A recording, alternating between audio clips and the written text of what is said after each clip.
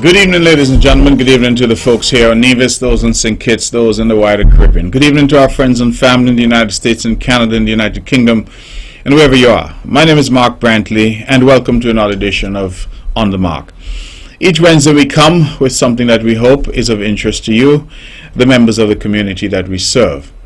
I regret very much that for the first time in nigh 15 years this show is late and by a large way.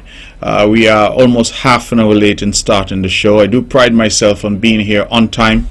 I think that being on time is important. It is respectful to others when one is on time because it shows that you respect them and you respect their own time. However, tonight it was unavoidable.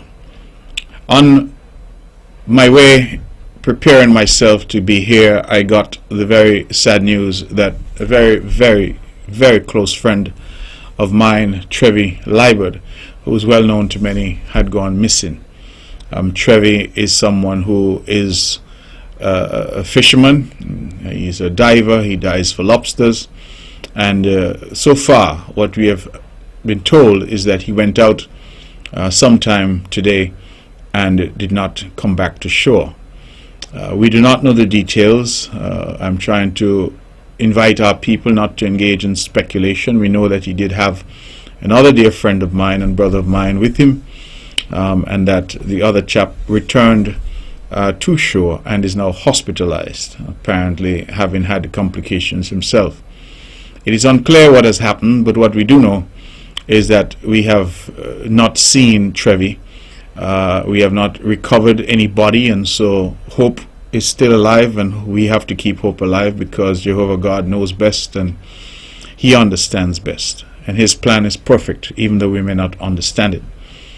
And so tonight I'm sad that I was forced to head down to Indian Castle, really more in the region of Black Bay, where he was last seen, where he would have gone out from. And these young men, of course, they dive in a traditional way. They don't have boats, they don't have anything like that. They actually swim out to sea into deep ocean and dive for whatever they're diving for, conch, fish, to shoot fish, to dive for lobsters or whatever, and then they come ashore. And so it requires incredible skill. It is quite dangerous, as we know fishing is generally, but I am hopeful. I would want to let my very, very good friend and brother Joseph Liebert know that he's in my thoughts and prayers, and Trevi's own family, his brother, his I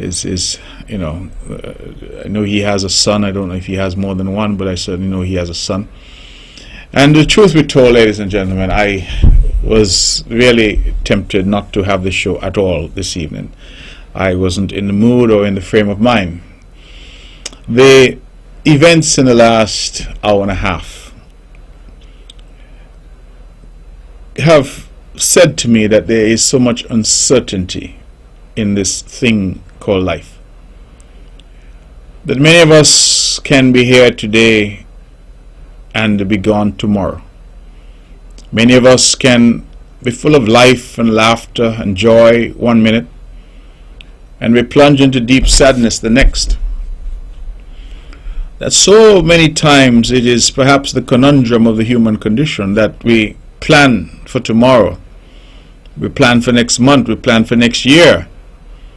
We not only plan for ourselves, sometimes we make plans for others too, good and bad. We wish people bad. We say what we are going to do to them when we get this and what we are not going to do, as the case may be. We delay sometimes our own enjoyment. We say, let us not do this today, let us leave it until next year or the year after. And the conundrum, which is the word I use to describe the human condition, is that none of us is promised tomorrow. The reality is that yesterday is gone and we can never get it back. Today is what we have. Tomorrow is not promised to us. Sometimes we behave as if it is, but it is not. Nobody has promised us tomorrow. And as I decided to leave home and head down to the Black Bay area, just past the horse race track where it used to be this evening, and contemplated that I should be here because I've never missed This show is never late. And I just thought to myself that it was important that I go and lend that moral support to Joseph Lywood and the entire family. I believe Trevi was worth that and much more. So, I confess that my mood is perhaps not what it ought to be, and that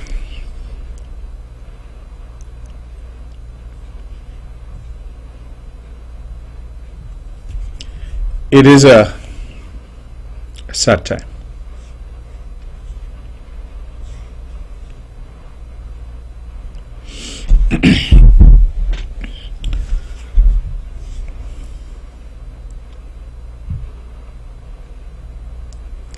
You know, sometimes we get so consumed with what we're doing, whatever that may be. In my case, I'm a politician, so we get consumed with that.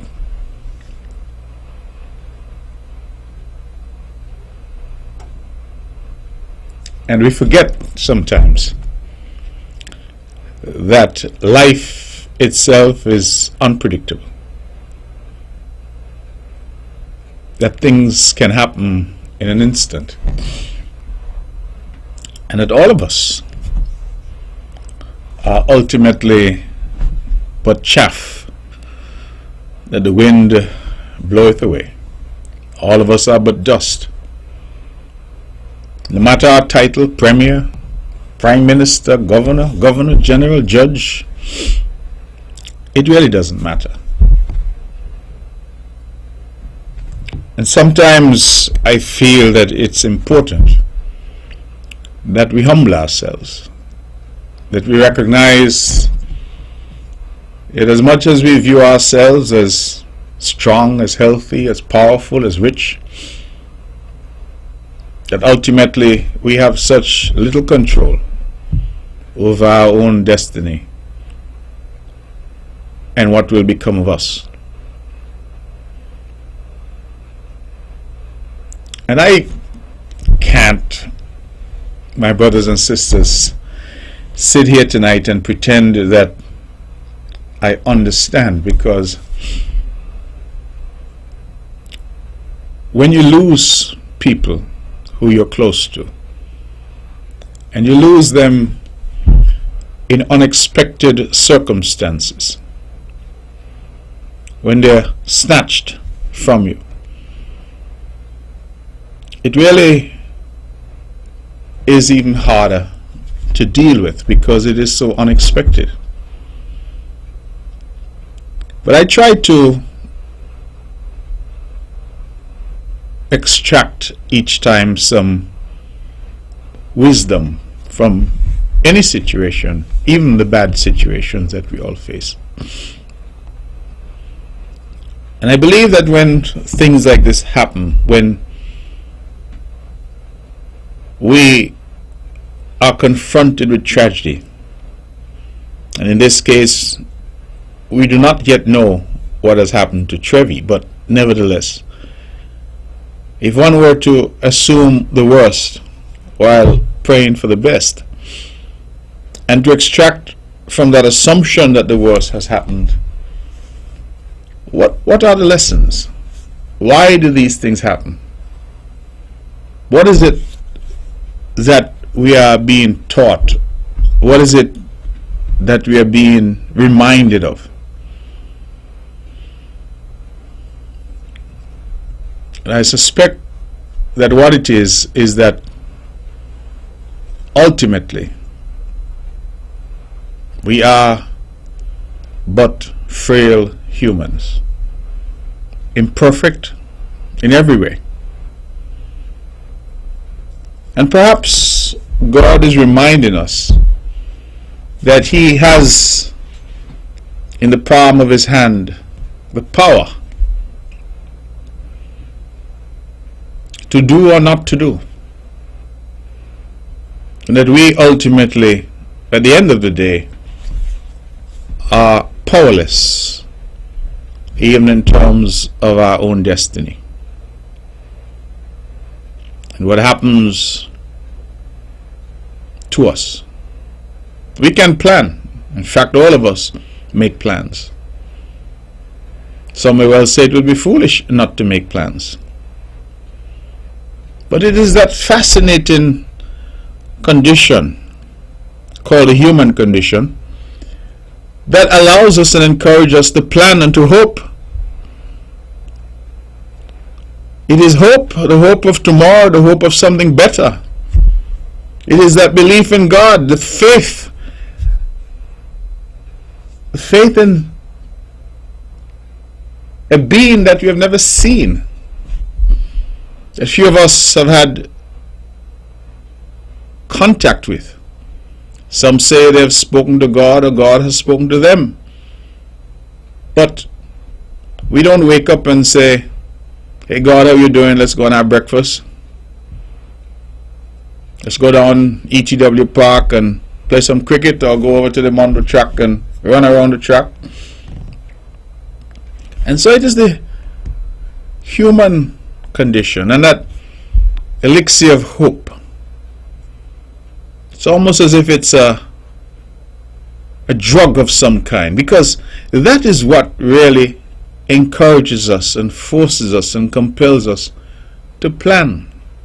It is hope, because we are planning for something next year. Right now I'm planning for an election. The CCM is planning for an election, as the other political parties are. We are planning to be in government, and when we get in government, we are planning to do this and to do that. And so we must plan. But ultimately it is hope that causes us to plan. Hope that tomorrow will come for us. Hope that we will see next week and the week after.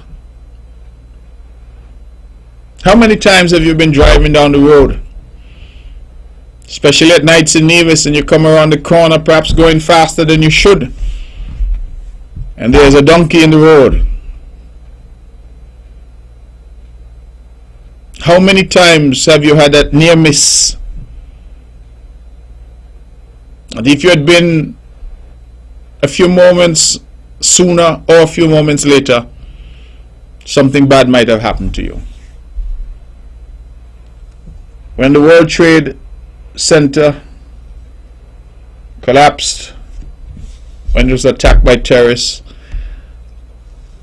I saw these stories of persons who said that they were late for work that morning. One person I recall said that they forgot something at home and had to go back and miss their regular train. Another said that they were kept back, I think, by a child or a family member, and so missed their regular train or the regular transport to get to work. One said they stopped to get a coffee, or stopped to get a bagel, or stopped to get breakfast. Somebody said they were stuck in traffic and complained bitterly whilst they were stuck in traffic that they would be late for work. It was as a consequence of them being late that they are alive. You hear the stories of people going to board a flight and they're late, and they're upset because they were looking forward to this trip, to this holiday, only to hear that the plane crashed and everyone perished. The human condition. Ladies and gentlemen, I am asking for your prayers for Trevi, that despite all the odds, he might still make it home to his family. I'm asking for your prayers for my brother Jonathan, who is hospitalized. I'm asking for your prayers for Trevi's father, Joseph Liebert, and the entire family. It is a family that has suffered much, but a family that has been a strong family in the Gingerland area and throughout Nevis. I'm asking all who are listening to me at home and abroad to take a moment and say a prayer, even if you don't know them. But to pray also for those who are suffering, those who are struggling, because let's face it, we have people in our country and in our community who struggle. We have others who go out fishing, just as Trevi and Jonathan would have gone out today, who make a living from the sea, the most dangerous place. And so we pray for them too, that God may protect them and keep them safe. And sometimes as we complain that the fisherman pound of fish is too much money and he's not selling you at a good price, reflect that it is perhaps one of the most dangerous professions that many of us take for granted. But the sea, that vast ocean, is so unpredictable. So I ask you, wherever you are, Nevisians, Kittitians, those who live here, those who live abroad, to just take a moment and let us pray for each other, because we truly, truly need it. If I'm sounding this way, it's because these things remind us most forcefully of our own frailty, our own human condition, our own susceptibility to tragedy, to death, to sadness in an instant. And I'm deeply, deeply saddened this evening. And so that, ladies and gentlemen, is the reason why this show, for the first time in 15 years, is late. But I'm here because I still have a duty to perform. And I consider that my being here is part and parcel of that duty. And that I hope that Trevi himself would have said to me and to others that you must continue and do what you need to do, because this island of Nevis and this country of St. Kitts and Nevis requires that people of goodwill do what is necessary. And yes, that we all must have hope. Yes, tomorrow is not promised, but we must plan for it regardless. And yes, we must do our very best, working together for a better island and a better country. Trevi has always been by my side during elections. You may not have seen him, but he's always been there. And he's one of the persons, a younger person, who has always offered me incisive advice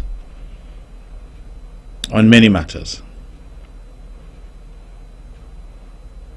Quiet, unassuming, incredibly bright, incredibly capable, and somebody who had a keen understanding of the Nevisian people. And so I am hopeful that he would have wanted On the Mark to go on. I'm hopeful that he would have said, have the show and have your usual conversation with the people of Nevis and the wider Federation, because it is an important show. It is an important platform to share views and ideas. It's an important outlet for people at home and abroad to say what is on their minds and to have an opportunity to speak to fundamental matters impacting them and this land that we all love. An election is in the air. We do not know yet the date, but we know that the date must be given very soon. We have heard various dates, the 18th of July, the 25th of July, the 29th of July. But until the date is announced, we will simply have to wait for it. But we know it has to happen before the 8th of August.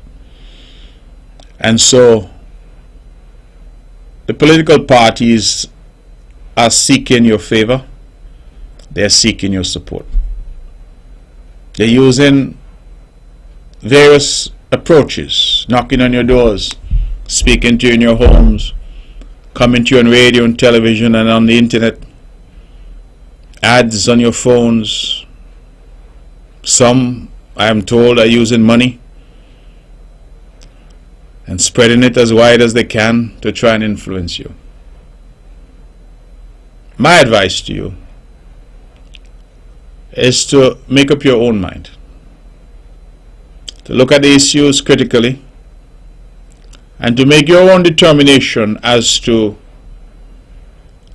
what you think is the best approach and the best way forward for you and for your family and for your community and for your country. Some argue that they did not get anything, meaning that they did not somehow get a direct benefit from the government. They didn't get a job. They didn't get a house. They didn't get a piece of land. They didn't get somebody to do something that they get some money in their hand.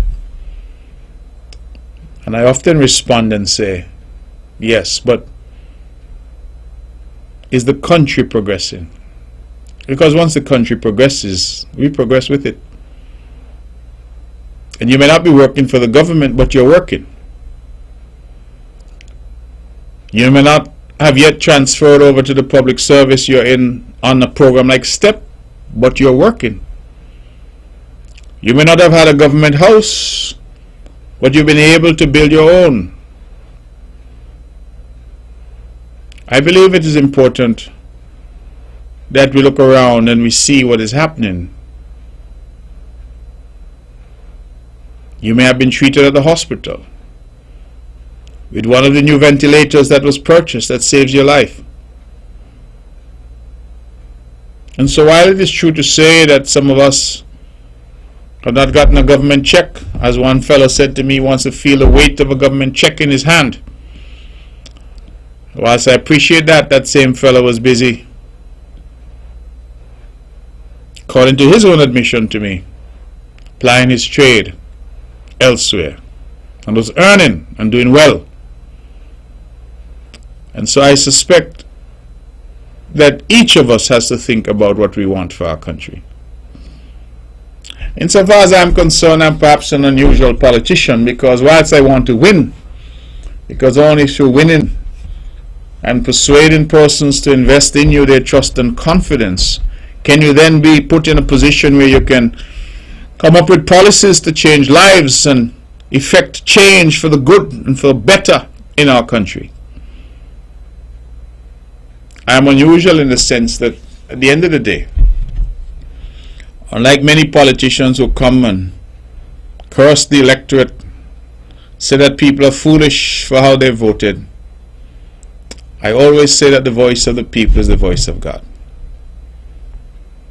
And if you choose to vote for me and for the CCM team, as I hope you will, I will be grateful to you, and I shall not let you down. But if you choose to go in a different direction, I also recognize that that is your right, and I won't be vexed with you, because I respect your right to choose. But let your choice be based on what is in front of you. Let it be based on the facts and on the information and on the data. Because too many of us, I think, parrot what is said by others without critically evaluating it for ourselves. And so we hear things said and we start to say it too, repeat it. We hear, for example, that nothing is happening in Nevis. But Social Security numbers up to March are telling us that the number of employees in Nevis has grown by 2.9%, the number of jobs has grown by 4.3%, and wages have grown by 7.6%. But yet you hear nothing is happening. There are no projects, they say. But their children are running on the Mondo track. They report incidences to the Newcastle police station. They take the water taxi at the new water taxi pier every day. They go and do business at the new Treasury building. They're being better protected because of CCTV and the new CCTV center. They see the TVET center in Gingerland that is complete. But they say nothing is happening. They have the event at the Malcolm Gishard Recreational Park. They see the number of businesses that have opened their doors in Nevis. Duty-free shops we never had before, we now have an abundance. I see a new salon and spa called Chop Shop that has come and opened there at Valley Mart. More restaurants are popping up. More businesses are opening their doors. More activity on the island. So we understand, and that is why I invite our people to be critical in their thinking. Because to listen to some, they're asking us to ignore what we see every day. Look at the revolution in roads and road construction through our villages, our island main road. Look at what we have seen in terms of water storage, water distribution, the water filtration system at Hamilton that has allowed us to put more water into the system. Look at what is happening in electricity, the investment in new generating sets from Wärtsilä. Not one, not two, but 3 new sets we have bought since we've been in government. Those are substantial investments in the future of our country and in our people. Real development. Not gimmicks, but real development. And yet, some say nothing is happening, they're not seeing anything. Look at all the courses, the seminars, the workshops, the training opportunities, the scholarships. $5 million available to our women and our youth to start up small businesses and micro businesses. Look at all of this.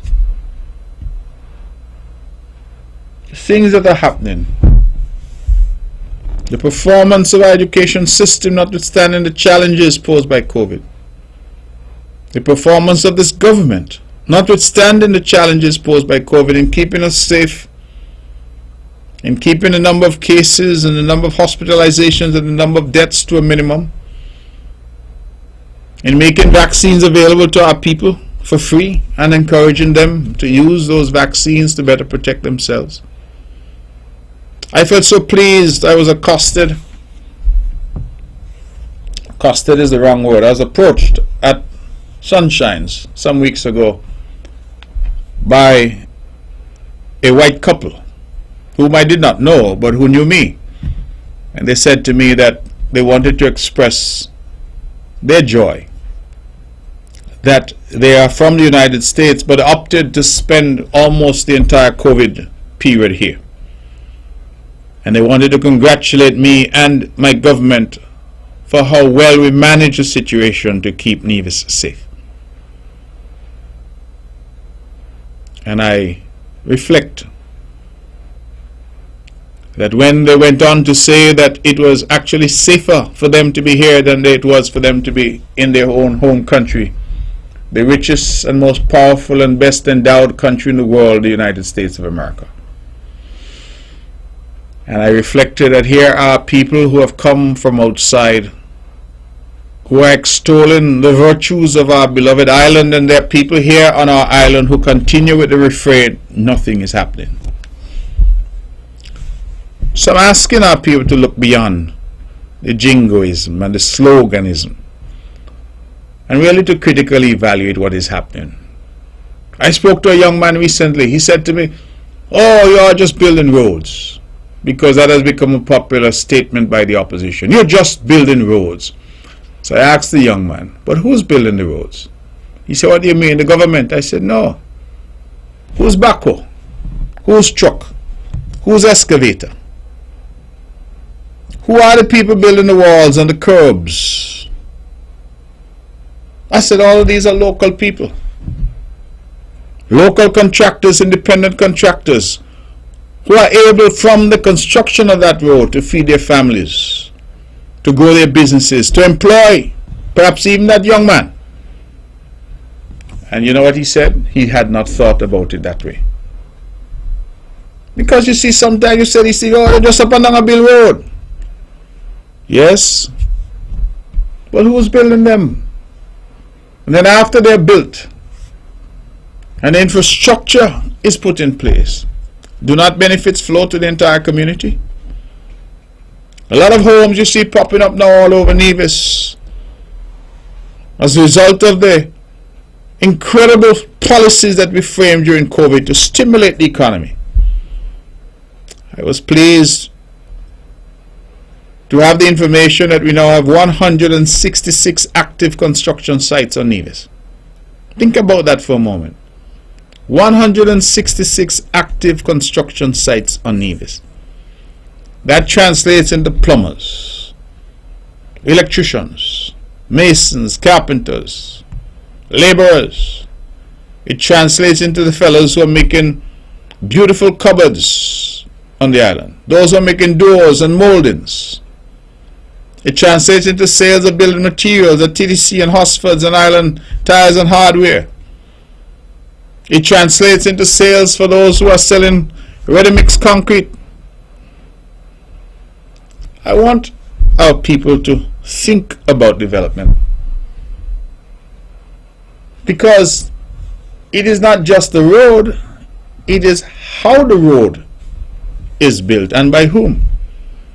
What is the policy in terms of development? Because there was a time in this country where all major infrastructural projects were done by a foreign company who brought their own trucks and heavy equipment, and our own locals were left out. We as a government changed that policy. We say our people are capable.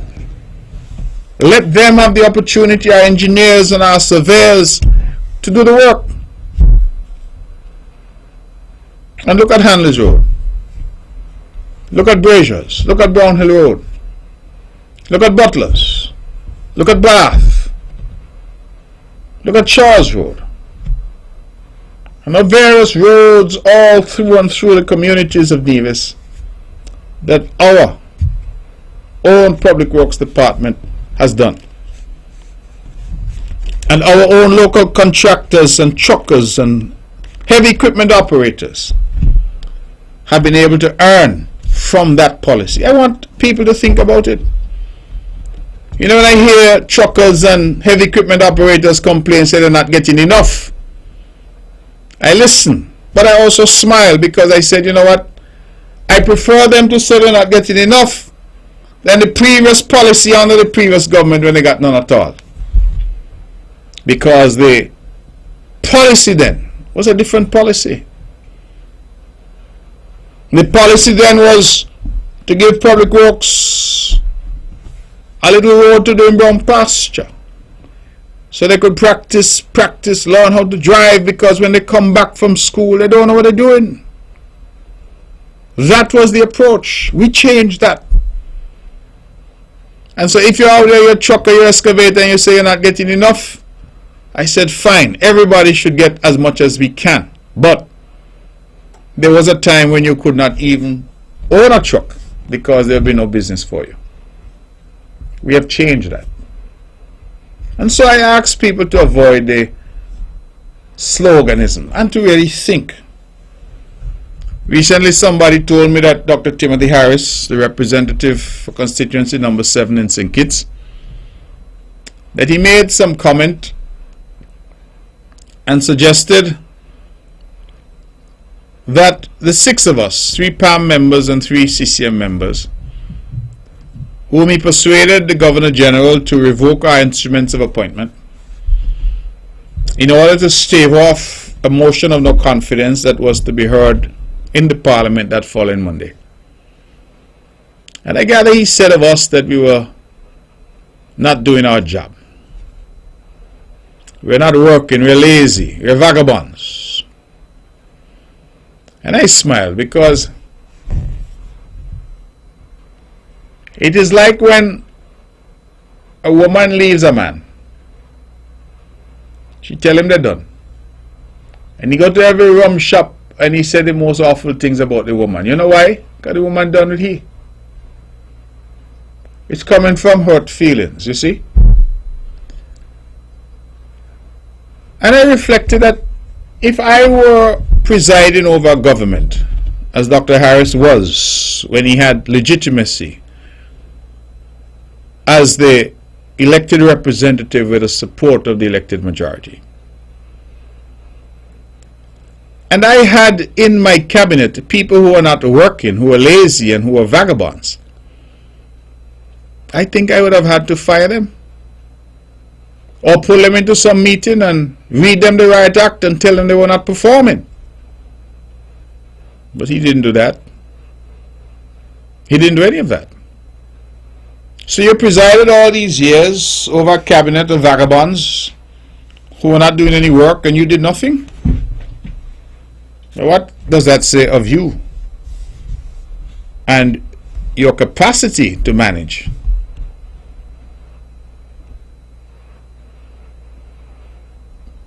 You know, I have been engaged recently in some debate in social media. And what is that debate about? The debate is about this jail that Dr. Timothy Harris is adamant that he wants to build on St. Kitts.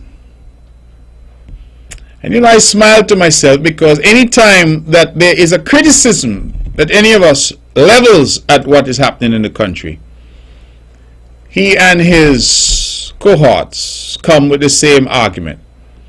Well, you were in the cabinet. Or, well, you were there for 7 years and you didn't say that. And I had to remind one of them that Dr. Harris was with Dr. Denzel Douglas for 7 + 7 + 4 years. 18 years he served Dr. Douglas. 18 budgets he supported. 18 years he sat in the cabinet. Not a murmur from him that there was a problem. Until, as we have now come to learn, he demanded prime ministership and said he wanted no. He wanted no. He wanted no.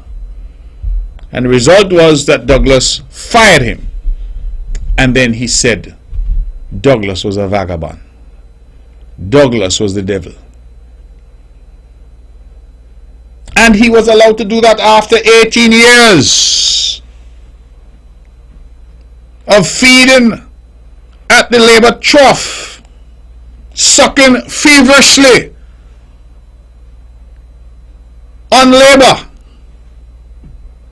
like a leech, holding on for 18 years.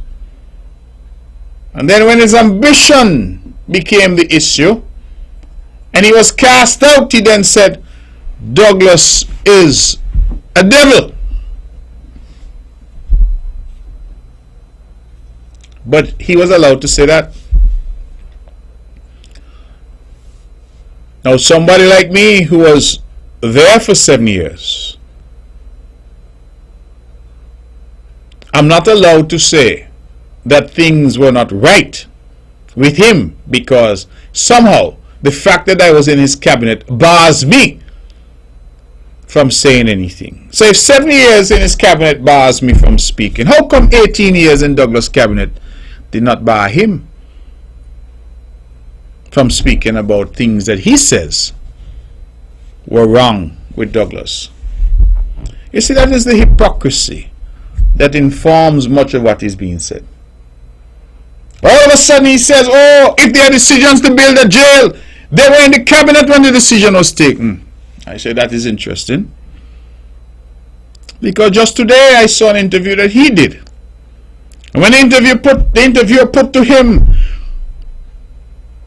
Timothy Harris, for 15 years you were with Douglas, now you say that you have nothing to do with all the decisions made in the cabinet for 15 years. You know what he says? Oh, the Prime Minister has immense power. And the Prime Minister is the one who calls the shots in the cabinet. And so, back then he used the argument that I was just a cabinet member. Douglas was the Prime Minister, he called all the shots. Now that he occupied that same position as Prime Minister, he said it wasn't me, it was the cabinet. That is his defense. Hypocrisy. Everything good that has happened, every accomplishment under Team Unity, he says, put up his hand. I did it. In fact, I'm aware that a publication wrote a nice article about me, said that I was a rising star as one of the leading foreign ministers in the entire region. And he reached out to the newspaper and said to them, they ought not to praise me because I worked for him and I carried out the instructions that he gave as the head of cabinet, and so the praise really should be his. That's what happened. And the editor spoke to me and said he was amused and bemused that a Prime Minister would pick up his phone to call to say that to him, because he thought that all was well. I confess, I too thought that all was well at the time. My eyes opened wide when the man said to me, do you and the Prime Minister have a problem? And I said, no. What problem? He said, well, only somebody who has a problem with you will call to say that you're getting too much praise. So everything good he takes credit for. But whenever any decisions now are challenged or criticized, he says, oh, I was in the cabinet. That is his response. So let us look at this jail for a minute. By all accounts, crime is down. This peace program that has been put in place, it needs to be refined and made more transparent. But I think on balance it has worked thus far, that the gang violence that we were experiencing has certainly slowed considerably. So violent crime is down dramatically. So you ask yourself the question, 2 years of COVID and the pain that caused to us, job losses, economic ruin, we are just now starting the recovery. You're not hearing about any large amounts of money being put for jobs and job creation and training and retooling our people. You're not hearing about any large sums being put into our schools to bring them up in terms of technology. You're not hearing about any large sums to build a new hospital, to bring the JNF out of the state that it's in into an acceptable place, first-rate hospital for our people. You're not hearing anything being said from Basti about the people of Nevis finally being able to get their equitable share of the nation's resources. You're not hearing anything for the youth. Crime is down. Violent crime is down. And the priority, and I want to emphasize that word, the priority of Timothy Harris is to build a jail. Think about it. Why now? Why a jail? If you said you were going to build a hospital, I don't believe anybody would have criticized. If you said you were going to finally build the Bastia High School, not the little gimmickry they had there, and trying to give Juicy some props, because, Lord, you can't even say Juicy without putting poor in front of your name. Poor Juicy. So let me forget about that. That and nothing are the same. Building the Bastia High School, improving infrastructure in all of our primary and secondary schools, and Clarence Fitzroy Bryant College, schools throughout the country in Singits and in Nevis, building out our TVET infrastructure. None of that. None of that. An indoor stadium for sports, basketball, netball. None of that. Instead, a jail. No scholarships from the government for our children to go abroad to study. No provision being made for when people are sick and need urgent care overseas. None of that. The priority is a jail. So, with crime down, violent crime down, who they plan to put in the jail? Who? And why is that now being given the priority? And you see me, I try to be as straightforward and as honest with the public that I serve. And so yes, the prison was discussed in the cabinet, but that was not the only thing that was discussed in the cabinet. We discussed universal health insurance to ensure that our people had coverage when they got sick and couldn't afford. We discussed the marijuana industry that we've been waiting now for the last since Noah built the ark for the Attorney General to do what it's supposed to do so that we could have the industry operating here in St. Kitts and Nevis. We discussed the Bastia High School, and for years the Bastia High School can't start because they had war over aquifer, and then after that they had big drama over insurance, and every time Sean came, Journal came, they were sent back, go look for this, go look for that, get another quote on that. Years. There was talk about hospital, renovations to JNF. All of this was talked about. So how come the jail get pulled from the bottom of the pile and put on top? You see, an old man once told me that when something doesn't make sense, it's probably because you don't have all the information. So you see a fella walk up to another fella and slap him in his face, and you say, my goodness, where he trouble the man for? The man here minding your own business. Sometimes you don't have all the information. That's what you don't understand. Sometime later when information gets to you, you say, oh, the fella had slapped him up the road. That is why he come down the road and hit the fella. You see, you didn't have all the information. And I'm telling you all, you see this jail? I am predicting tonight that somebody going to go to jail over this jail. Let me say it again. You see Timothy Harris jail? Somebody's going to go to jail over Timothy Harris's jail. I don't know who, but somebody going to get jail over that jail. Because nothing about it makes sense. I am understanding, and I must say I understand, because I was never in any cabinet where that was discussed. But that 5,500 shares were to be allocated to this jail. The shares now are the citizenship shares, CBI, because the only citizenship by investment really happening in the country. Yeah?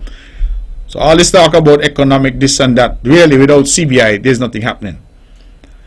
So 5,500 shares times 200,000 US dollars. My calculator here not even allowing me to do the math.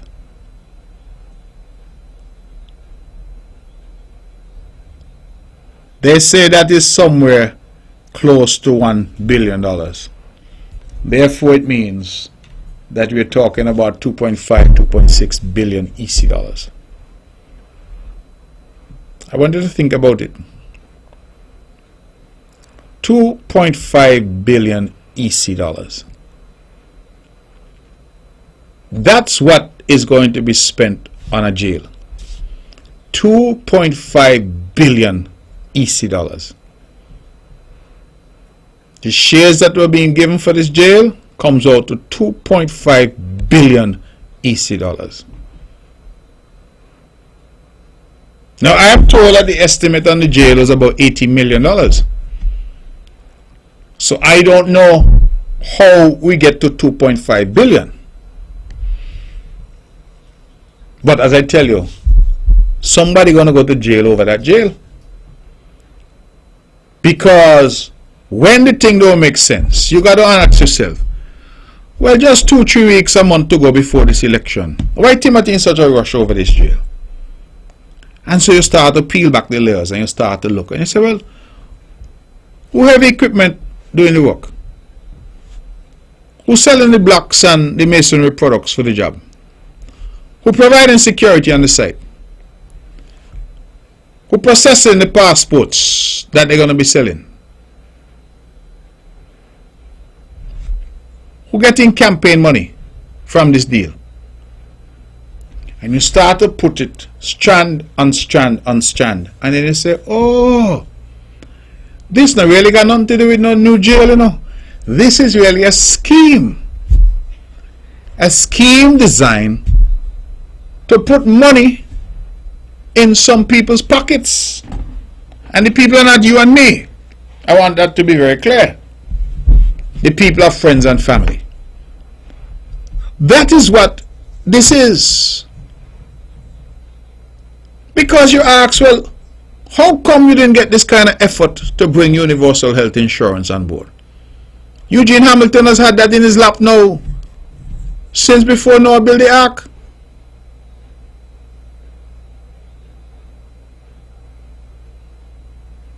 Since before Noah built the ark.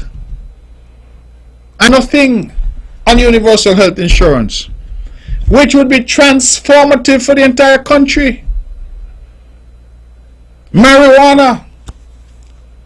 They say when you want something, we used to have a private joke in the cabinet, when you want something dead, you send it to Juicy. Because you know what's good here. Tell yourself, it now come out. So anytime you hear something has been put in Juicy hands, tell yourself, well, that's it. God bless the dead. Marijuana industry that we talked about, that we promised and committed to, the cabinet decided that must move forward. Nothing. So why it is that those were not a priority? Why it is that the Barstow High School was not a priority? Why it is that the JNF was not a priority? Why it is that the people of Nevis getting something was not a priority? However, $2.5 billion, 2,500 million for a jail. Any leader anywhere in the world that prefers to fund incarceration over education is a failed leader. I want you all to quote me on that. Any leader in the world who prefers to fund incarceration over education is a failed leader.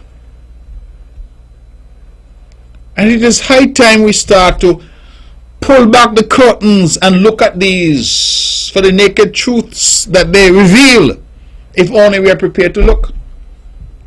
So if you're jumping up for a t-shirt and $200 and piece of chicken and a free drink, and jumping up and waving saying PLP, PLP, understand that you are enabling a process where those who are in position are going to make hundreds of millions of dollars. You hear what I tell you? Hundreds of millions of dollars. And then I'm going to ask you the question, well, when Dr. Timothy Harris, the representative of the people of constituency number 7, finished building his jail, who you think he going to put in it?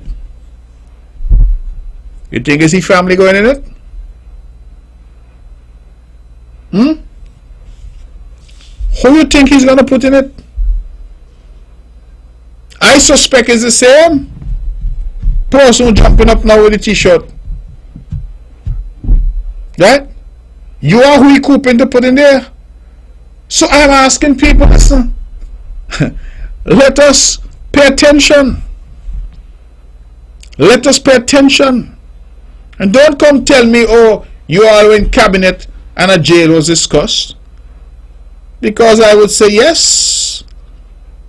A new prison facility was part of the discussions. The same way we decided that the BHS must be done, that the people of Keon must have water and some water drilling must be done, that the bead wells that was sitting there for years because the fellow there, in name, can't remember his name now, the representative from number 1, Patches, yes, he refuse to allow the bead water to go into the system. What, they think that we don't remember all of these things? He brought another company called Earthworks or something, say he want them to do the work. Big confusion with Bede. Bede said they had water available. What, they don't think that these things will be spoken about? So the people of Keon and the surrounding areas must suffer. No water. All of us must suffer no universal health insurance, especially the poor who can't afford insurance, but have the same healthcare needs as the rich. Those who are anxious to get the marijuana industry going, they must suffer. Up to now, no momentum on that. No Bastia High School. The single biggest issue in 2015 was Bastia High School. Up to now, no Bastia High School. No JNF. Or new JNF. No new health facilities. No help for the people of Nevis. But despite all of those having been decided upon, Dr. Timothy Harris, the proud representative of the people of number 7, say, let me pull out the jail out of the bag. That's the one I'm going to prioritize. A jail is more important than BHS, more important than universal health insurance, more important than the marijuana industry. It is more important than caring people getting water. A jail. And that's why I call it Timothy Harris Jail. I don't know who's going to end up in it. I really don't know.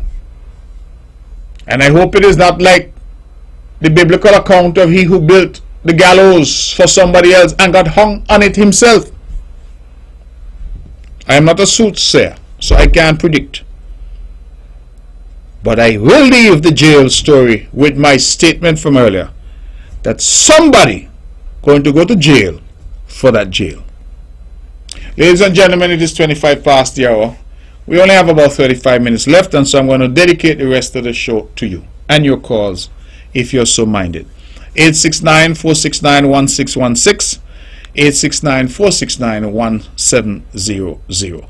Those are the numbers to call. I will seek to interrupt as little as possible to allow the callers to say what they wish to say and to take us, therefore, to 10 o'clock and the close of the show. Is there anybody on the line? Not yet? Okay. I suspect we would have lost some of the audience because of the late start. Many people were messaging me to ask if there's no show tonight, and again I apologize. I did explain that at the top of the show. So let's now go to the phones and say good evening. You're on the mark. Hello.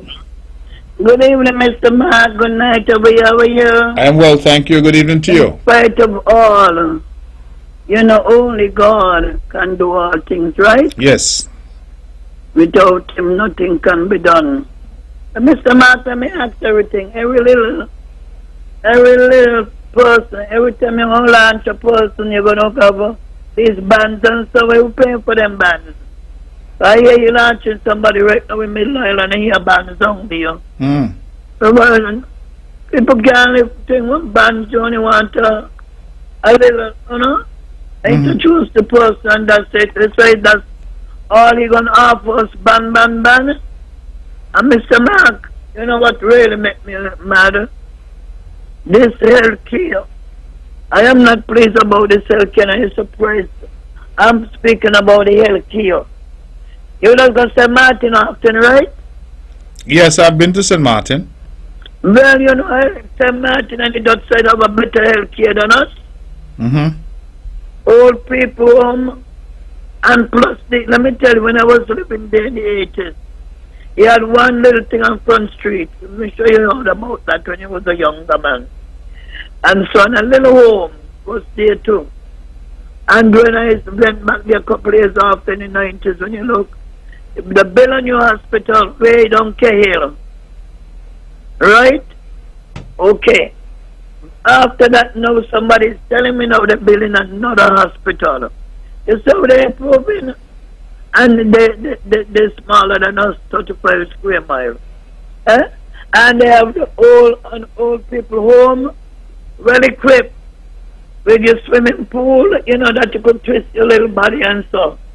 And you could go and do your game and so you could exercise and all them there. What are we doing?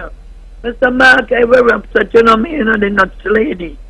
I'm very upset, because when I talk about my health care down here, when I hear about the old people home, Mr. Mark, since before you born, old people home, they believe, yes, not I believe before you was born. And it there still. They do a little freshen it up, I think I tell you now, they do the little to freshen it on a little organized, but nothing else.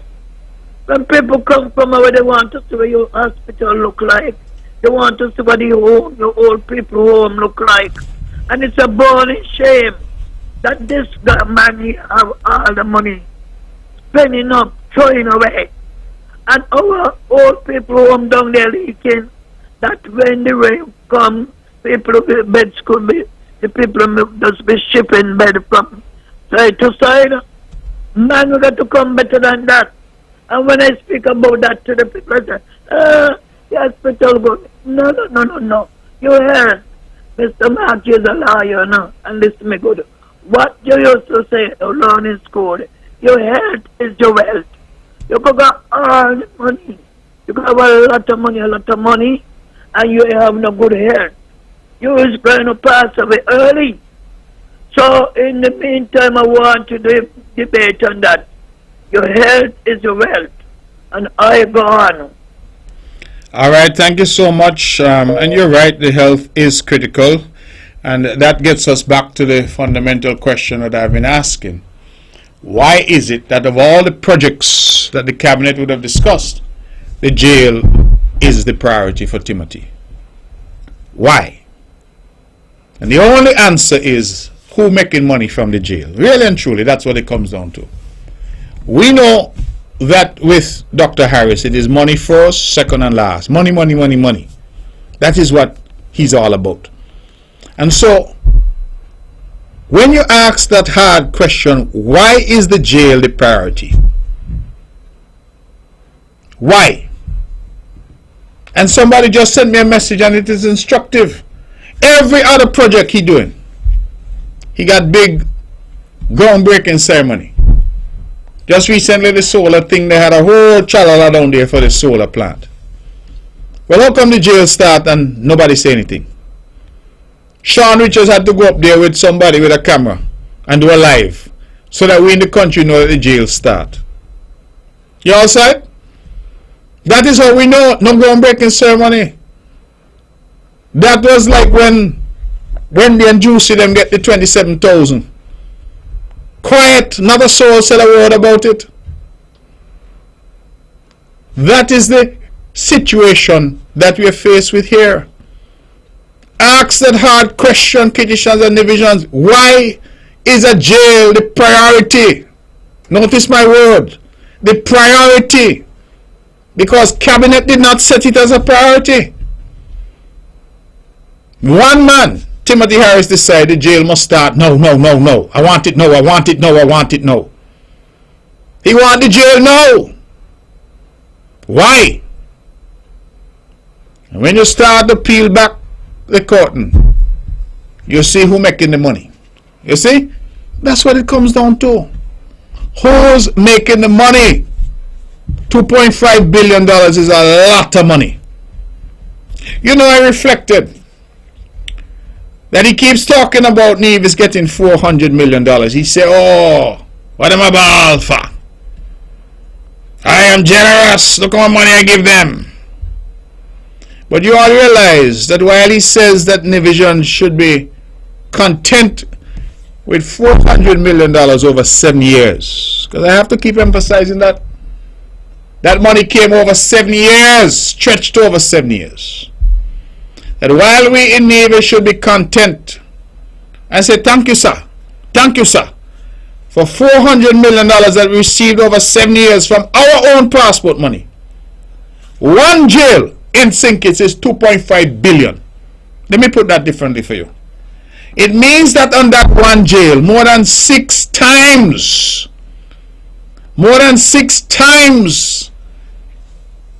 the little $400 million that come Nevis is going to be spent on one jail in St. Kitts. Well, that jail, they got in swimming pool, spa, cinema, bowling alley, golf course, dining room, about 10 discotheque, how much different bar, and how much restaurant. I hear it's all KFC, Pizza Hut, Rituals, Starbucks, all of them in there. Because we're in this good God name world. A jail cost $2.5 billion. Where? I tell you, my understanding is, I'm getting some more information on it, that the quotation on the jail was 80 million. Well, we reach up to 2.5 billion. And done in the dead of night. I sure that until Sean went up there, many of us did not know that the jail start. Big rush to build a jail, but no rush to build Basti High School. No rush to ensure that you get better health care. No rush to ensure that the poor are covered by universal health insurance. No rush on the marijuana industry. No rush on water for the people of Cairn. All of them think they could wait. The jail, take that and do that first. My people, let me tell y'all, yeah, when things don't make sense, because we don't have all the information.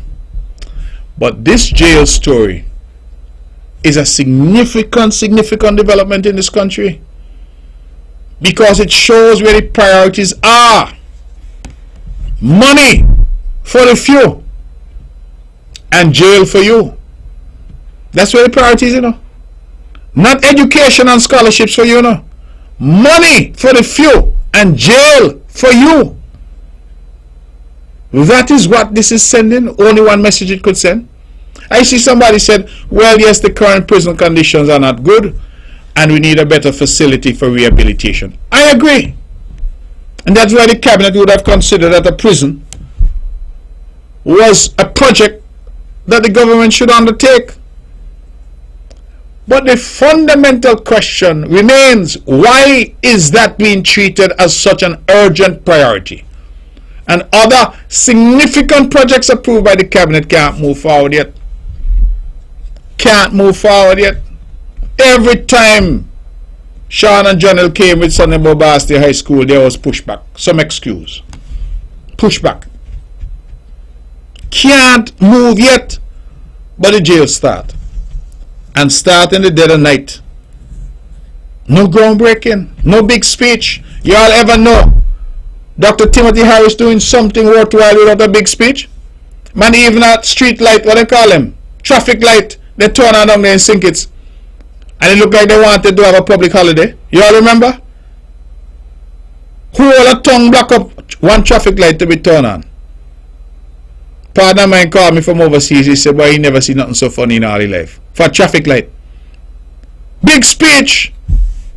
Harris again. Because he turned on a traffic light. And you mean he building a whole jail for $2.5 billion and no groundbreaking ceremony? Things just start. Think about these things. And then, oh, it was approved by the cabinet. Well, so was Basti High School. And so was all the other projects that I have mentioned. And more. Well, how come they may get pulled out the bag? How come? And I'm telling you all that the simple answer is money. Money. Money, money, money, money. Money for a few. And jail for you. That is what this is sending that clear signal to us. Let's go to the phones. We have anybody? Good evening, you're on the mark. Good evening, Mark. How are you? I am well, thank you. Wonderful. This is the voice of UNEP as usual, as you know. You keep talking about this unit, but anyway, go ahead. Mark, United National Empowerment Party is the biggest party in the Federation. And the federal party. Your culture I'm gonna reach yet, carnival no reach yet. You know, reach out, but you come in all over. So when he come, well, when he come, then you talk them things, but not on the radio, man. This is a serious show, you know. Okay, that's why you're calling, because it's serious time. Okay. Mark, now you used some words there, and you said discuss in cabinet. And you speak about priority. Yes, I believe there are certain things that should be priority. Yes, myself and you may not look at the prison as a priority.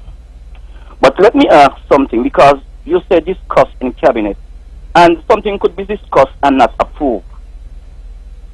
Okay? Now, when something approved by cabinet, it means that it has the approval of cabinet. I sit at Royal St. Kitts Hotel for a number of years, and I reached that I was in charge of maintenance. So it means that I had to go to heads of department meeting, and I had to go and I had to sit down with my boss, and when it comes to project, we have to decide, okay, this is what we're going to deal with, this is priority, this is how we should deal with it. And we all make a decision, we all vote on it. Now, because you must know, if you are going to pass a bill, or let's say if you know you're going to pass a project, if you're going to approve a project, you must know the cost of it, how long it would take, the estimate of it, and how it would. So I want to know that, because I'm saying that we look at government as the highest level, should look at government as the highest level body to govern in this land. And if what I'm understanding from you is that you see, most of these things that don't happen, that you go into cabinet and you say, okay, well, this is what we're going to spend, and houses, this is what we're going to spend, and this is what we're going to start first. I think that is cabinet decision. So I am saying that whensoever they decided to build a prison or a school, cabinet should step forward and say, this is what we want first. Because, I mean... Caller, are you in the realm of what should be, or you're in the realm of what is and what happened? Well, I don't because know we could debate all along what should be. You may want to tell me UNEP should have been in government. Mark, should be. I am not saying what I said, the formula that you should take with it. It's the country concern. Well, yes, but I'm trying to tell you, I'm trying to explain to you what would have transpired, that a number of projects were discussed in the cabinet. I'm not asking to hear about discuss. I'm not asking to hear about discuss. Okay, well, you don't want to hear about that. Because well, I don't know what else to tell you. And not approved.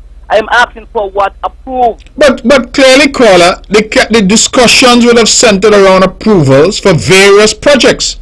The debate that we're having is not whether or not a prison was discussed in the cabinet. You know, the question is, how come the prison is now the priority? Mark, let me ask you a question. I agree with, I understand what you are saying. Well, if you understand why you got me going around the mulberry bush. You are using words that doesn't clear to the public, and that's what lawyers and politicians... Caller, if it is you say you understand, then why are you saying the words aren't clear to the public? How many of people in the public don't understand? We have to what most people ever ask you what is politics. Caller, I'm not hearing you properly. If I come and now I'm hearing you, yes. Politics, what would you tell me? Caller, what are you asking me? What is politics? I am saying that if you are saying that something was discussed in cabinet, many things discussed in cabinet and were not approved. Well, caller, I would have thought you said you understood what my argument has been tonight. No. So you didn't understand me then? Argument with that. I don't understand your argument with that. So you don't understand me? That I am not understanding what has been approved and what has been discussed. Okay, all right. Because there's a lot of things has been discussed. Okay, caller. I am simply asking what has been approved by cabinet. Caller, the cabinet would have approved a marijuana industry. Wonderful. The cabinet would have approved universal health insurance. The caller would have approved.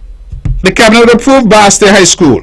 Yep. The cabinet would have approved Keon getting water.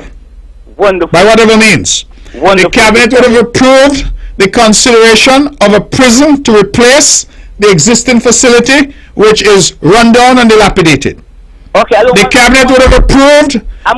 Wait, no finish, because you say you understand. Yeah. So hush your mouth and understand. The cabinet would have approved an improved JNF facility. All right? Mm-hmm. And there would be a number of other projects that I don't have at the tip of my fingers that the cabinet would have approved. I fully understand. The question, caller, is why has the prison been made a priority? That was not done by the cabinet. What did cabinet made a priority? Did cabinet made anything a priority? The cabinet would have prioritized a number of other projects, like the marijuana industry. Every week I ask about it. Like universal health insurance. So we are all curious as to how come now this prison has been pulled from the bottom of the bag to the top, and that start, but other things have not started. You understand me now? Mark, you're a lawyer, so what you should do is put an injunction here. And caller, you alright. Thank you. Now I understand why UNEP couldn't even get back the deposit. No, because you jumping all over the place like a cat on a hot tin roof. You were saying that right? I told you to put, you say you're poor, I asked if they prioritize. You said this was prioritized, everything. But I don't understand. I am answering you now. You're talking about injunction and all kind of thing. Deal with the issue that is right in front of you. Why do you think Timothy Harris has decided that the jail must be his priority? Well, you say he have. No, I don't say what I say. Actually, what you think. No, well, I got to say what you say. Oh, that's okay. Well, all right. Well, caller, since all of a sudden you can't think, then there's little point to this discussion. I am asking you. I ask you what you think. But I tell you, I'm depending. I'm saying what you said. You're saying what I said, so you have no thoughts. My thought is that I want to get sound information. I want to get concrete information. Your thought is you want to have sound information. I want to have concrete information from you. That's all I want. Okay, Mr. UNEP, take care. All right? I want to ask you something. Did NHC come to cabinet for $20 million to build houses? I can't recall. It might have, but I can't recall. I will need to consult my cabinet minutes. Consult your cabinet, because I know that NHC come to cabinet to build, because I was in a meeting with NHC and they said they came to cabinet to build. So that's how you know, because they say so? Well, that's what they said. I get it from the cabinet mouth. You get it from the cabinet mouth? I never see in cabinet yet. You don't have to see me. You don't have to see me in cabinet. I get it from the cabinet mouth. Okay. That they went for $20 million, and someone said, all our private corporations coming to government, money government ain't got no money to give all you. Bye. Houses.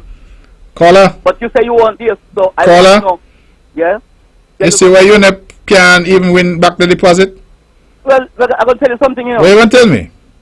I'm going to tell you something. Who you supporting now? UNEP is, but I'm a CCM, you know. You're who? I was on the board when CCM was formed. Well, you can't be CCM because CCM people, you know, don't jump around like that. Listen to me. They stay on point. When CCM was, I bet you cannot tell me who was the first person drafted into CCM. I said, Green Labour Boy. I said you cannot be a CCM because CCM people don't reason like that. But listen what I'm saying, why? You understand? I was on the board when CCM was formed. Well, next time you call in then, call in and say you're CCM, because at least we know CCM is alive, but UNEP stiff stone dead. When the founder of CCM was on the board thinking, I was there next to him. You were thinking with him? And no, I was not thinking with him. I was there next to him. Ah. And when Franklin Brand was the first Garfi into CCM, I know about that. Okay. So I'm just asking you a question that I know about. Have a nice day, my brother. All right. God bless you. Well, next time you call, I beg you say you're CCM. At least we know you're alive, because this UNEP story you keep spinning. I'm coming up near on your stage to campaign with you. No, it's okay. We good over here. Don't worry yourself. We gonna come down with 9, 10, and 11. Then we could talk, okay? But we good over here. Let's go back to the phones. 15 minutes left. Good evening. You're on the mark. Hello? Oh, hello? Yes, you're on the air. Yes. Hello. Is this Mark? This is Mark, and you're on the air. Oh, hello, Mark. The reason why you're calling, right? To draw your attention, somebody was telling me tonight that this guy labored for they can't find him. He went out driving or something this afternoon. Yes, we are aware of it. We dealt with it earlier in the show. Oh, I didn't know. Okay. Okay, all right. All right, thanks, brother. Appreciate it. Ladies and gentlemen, we have about 14 minutes to go. We're taking your calls. 869-469-1616. 869-469-1700. Do we have somebody holding? Let's go back to the phones. Good evening, you're on the mark. Hello? Okay, caller, if you can try again. Sometimes we get that effect if you're calling from a mobile phone.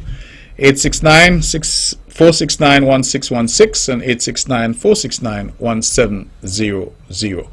We only have about 14 minutes to go, so we're taking your calls. If you just tuned in, we apologize again for the late start of the show tonight. The first late start we've had of its kind that I can recall, and we sincerely apologize, but had some tragic circumstances that prevented us from being here any earlier.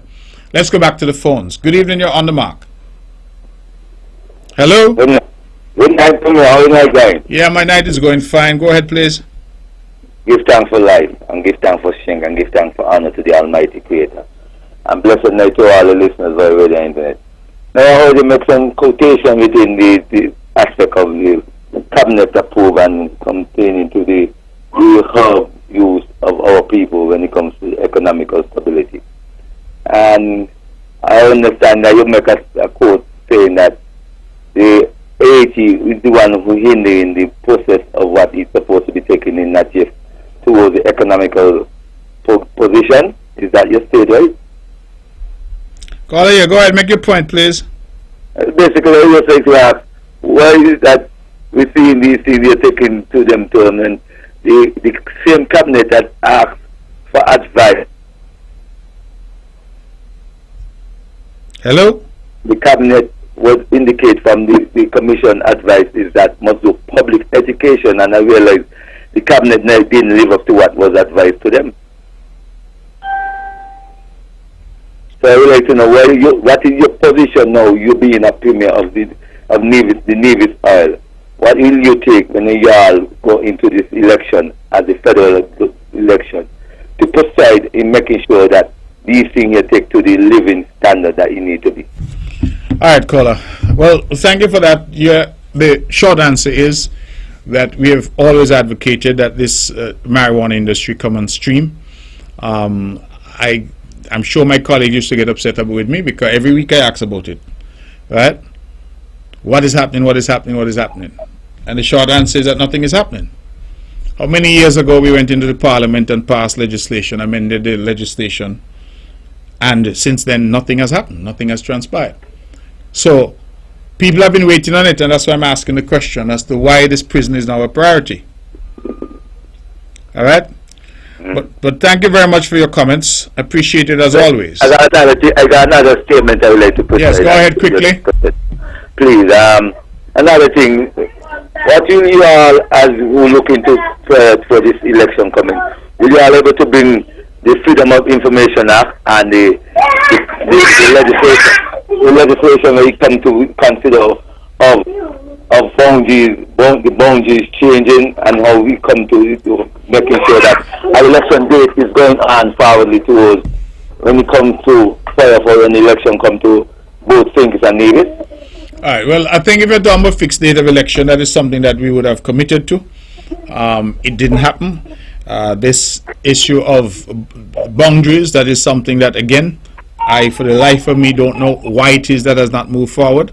I can tell you that the priority seemed to have been to remove the overseas voters, and I said that I would not support that.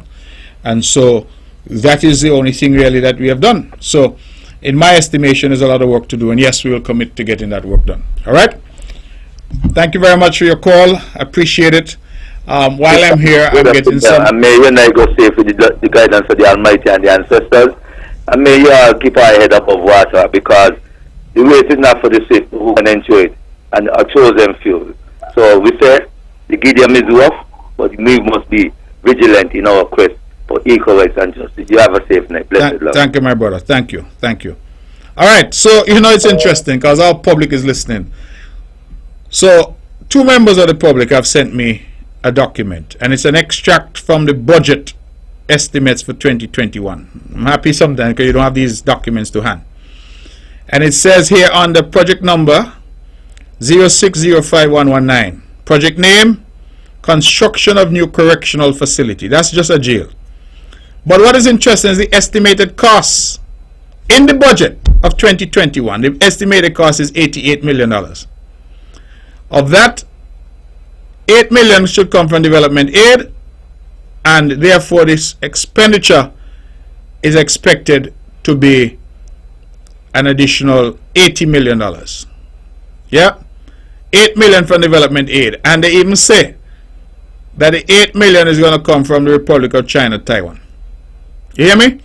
So in the budget that the Minister of Finance put forward, Dr. Timothy Harris, a representative of the people of number 7, he said construction of new correctional facility, $88 million. $88 million.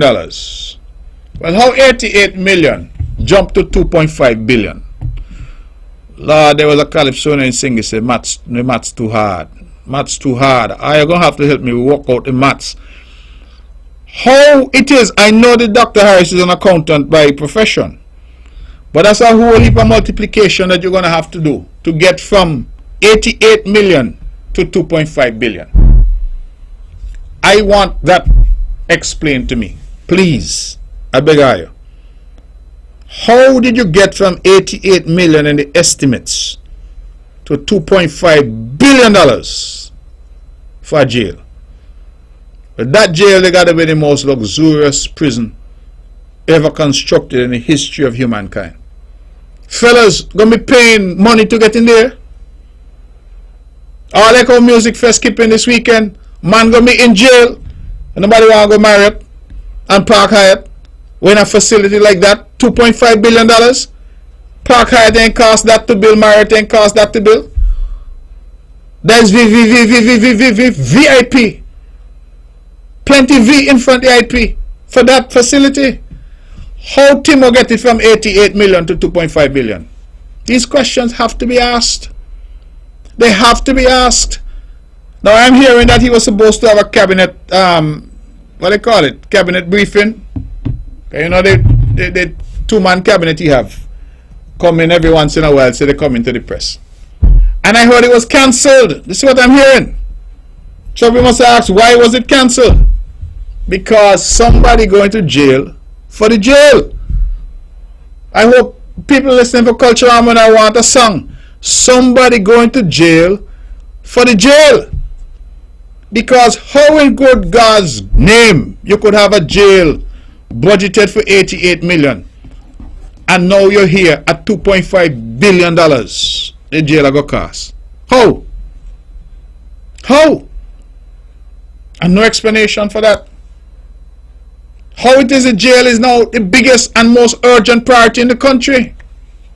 Not jobs, not training, not scholarships, not education, not the Basti High School, not water for Keon, not universal health insurance, not marijuana. None of those are as important as a jail. Now who the jail being built for? And my question, the burning question I have, why? Why? And the answer that I keep coming back to, money for the few, but prison for you. Money for the few, but jail for you. That is what is happening. And if the people of this country are not scandalized by this, then really and truly, there's nothing else. There's nothing left. Because it is a scandal of gargantuan proportion. This year much bigger than the watch and shoe scandal, you know, when Peter Verdi was asked for a nice watch and a pair of shoes. It's bigger than that. A jail started in the dead of night, budgeted for $88 million. In the 2021 estimates, is now costing $2.5 billion. Who making the money? Who providing the security up at the jail site? Who providing the blocks and the masonry products? Who providing the heavy equipment? Who doing the processing? And who getting campaign money from the jail? Well, I could tell you, Mark Brantley ain't providing no blocks, Mark Brantley ain't providing no security, Mark Brantley ain't doing no processing, and Mark Brantley ain't getting no campaign money.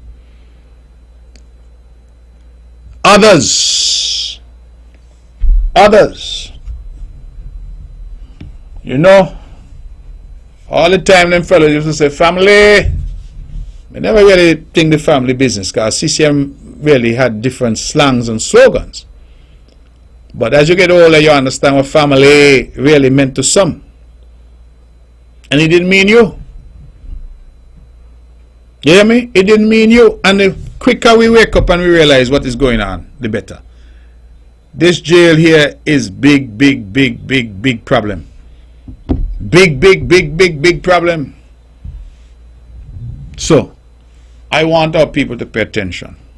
Ladies and gentlemen, we only have about 3 minutes left. Do we have anybody holding? Let's take this final call. Good evening, you're on the mark. Hello? You hear me? It didn't mean you. And You're on the mark. we wake up and realize what is going on. Will I call in on the show? Yes, you're on the mark. Go ahead. Yes, I want to work out this story here. What you guys trying to do? Build a jail. When the jail finish, cut the piece and then lock up the youngsters there. Well, I really don't know. Ladies and gentlemen, we only have about 3 minutes. You can't ask me that question. But Because I'm not the one building the jail. You got to ask who building the jail, what their plan is. all of the guys in government. So No. I'm in government in Nevis, and we're not building a jail in Nevis. Well, this is fishy because it's coming like you're gonna get some youngsters who on the piece to help build the jail to still getting paid from the piece. So you guys have a lot of money to spend, but wish you guys luck. All right. Well, thank you very much. You keep saying you guys, but direct that question to Dr. Timothy Harris, not you guys, because I'm not taking any decision to build any jail. If you're up to me, marijuana would have been up and running, and scholarships for young people and Bastia High School, and more money for Nevis to help develop Nevis. Kean would have get the water. Those would have been priorities for me, not a jail. So you keep saying you guys, but don't say you guys. Ask, why is Dr. Timothy Harris making a jail at a cost of $2.5 billion his most urgent priority for our country at this point in time? When crime is down, the peace program has been working, and people are now looking for jobs and for opportunity in the country. No entrepreneurship fund to make money available to young people to start businesses. No training. No scholarships. No new schools equipped with technology to take our children into the 21st century. None of that is a priority. When you're sick and you need to go overseas, people all over Bastia with a card asking for sponsorship, $5 and $10. Nothing for them in terms of health insurance.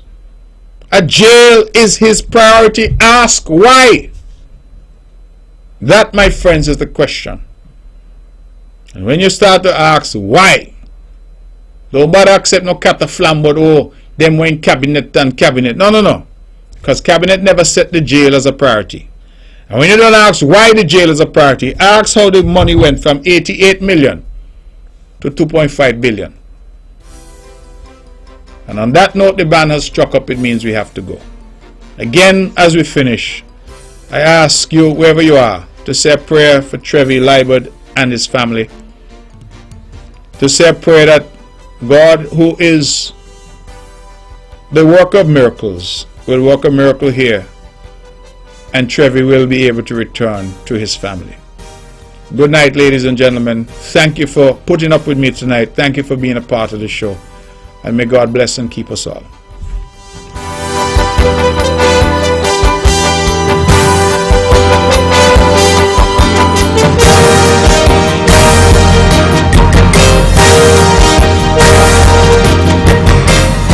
The views and opinions expressed on the preceding program were solely those of the participants and do not necessarily reflect the views of the Nevis Broadcasting Company Limited or its advertisers.